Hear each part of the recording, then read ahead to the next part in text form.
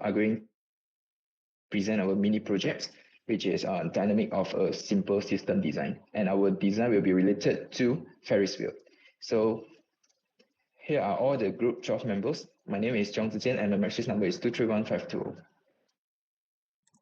My name is Sean Chong and my matrix number is 231503. My name is Teo Xun and matrix number 231519. My name is Arish Prasad Mani and my matrix number is 231737. My name is Nicole Kathleen Charles and my matrix number is 231744. So here is our table of contents. Our slide will be include introduction, problem description, sketches, and prototype of our design concept, Newton's law analysis, calculation, and finally will comes up to conclusion.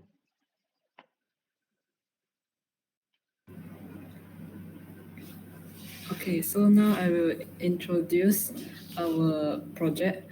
So we will be doing a Ferris wheel. So what is a Ferris wheel? Ferris wheel is a large rotating amusement ride with passenger cabins, and it offers scenic views and a unique experience. So the first Ferris wheel was designed by George Washington Gale Ferris Jr. in 1893 for the Chicago World's Fair. Okay, next. Okay. So today, Ferris wheel like the London Eye and Cosmo Club 21 are iconic landmark that blends engineering with tourism. So other than entertainment, Ferris wheel also applies some dynamic engineering. Their design balance rotational motion, structural loads, and passenger safety. So we will analyze this later in this presentation.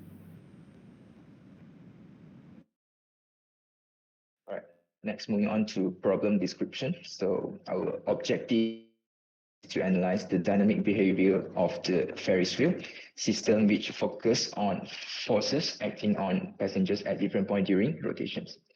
The key point will be calculating normal forces at the top and bottom point of the wheel. It is the same concept where we are applying an elevator. So when the elevator goes up, it will push you upward. This makes the floor press harder against your feet, so you will feel heavier.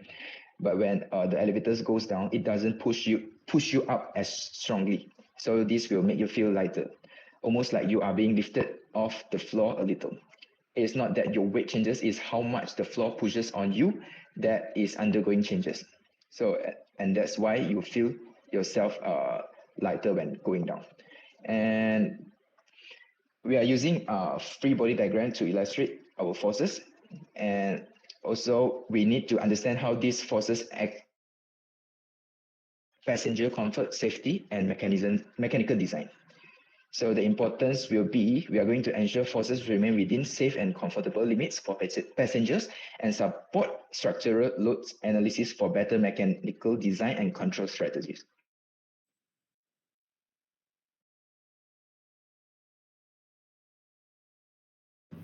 Okay, so now I will explain about our sketch for the Ferris wheel prototype. So this is how it looks like for our prototype. Next.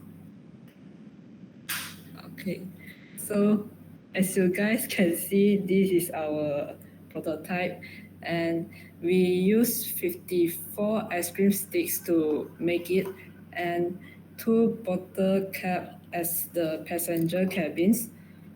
And we also use the straw to combine 2 of the wheels. Okay, next.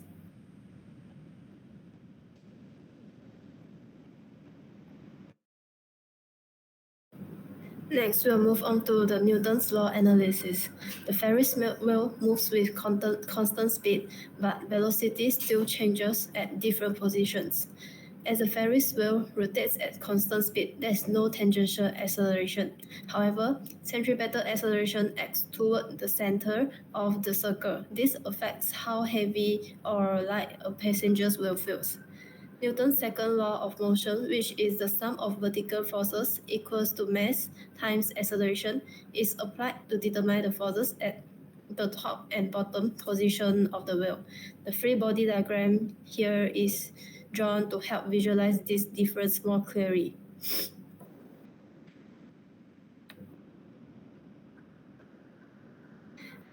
At the top of the wheel, the direction of centripetal acceleration points downward, which is the same direction as gravity. This means that the normal force, which is what the passengers feel at weight, is reduced, so passengers will feel lighter at this point. At the bottom of the wheel, centripetal acceleration points upward and opposite to gravity. This increases of normal force, making passengers feel heavier than usual. Okay, next I will be talking about the calculations. So before we do the calculations, there's a few assumptions. The first one is radius is equals to 50 meters, which is the radius of the Ferris wheel.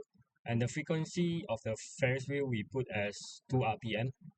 So for the mass, we are not assigning any value. Instead, we will just leave it as a m variable. So first, we will convert the frequency from RPM into RPS. Then we will use the frequency to calculate the angular velocity, which is 0.2094.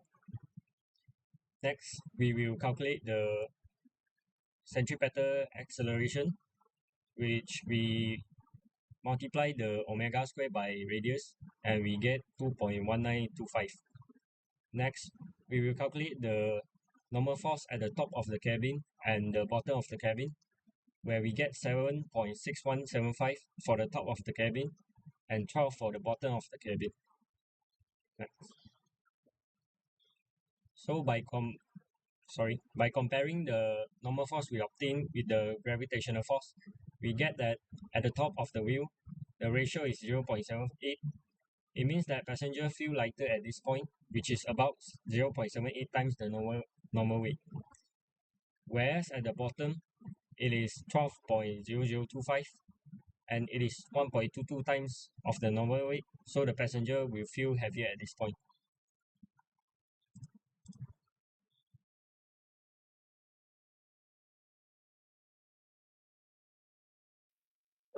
To conclude our project, we understood that basic dynamic principles were successfully used to analyze the forces that act on the Ferris wheel.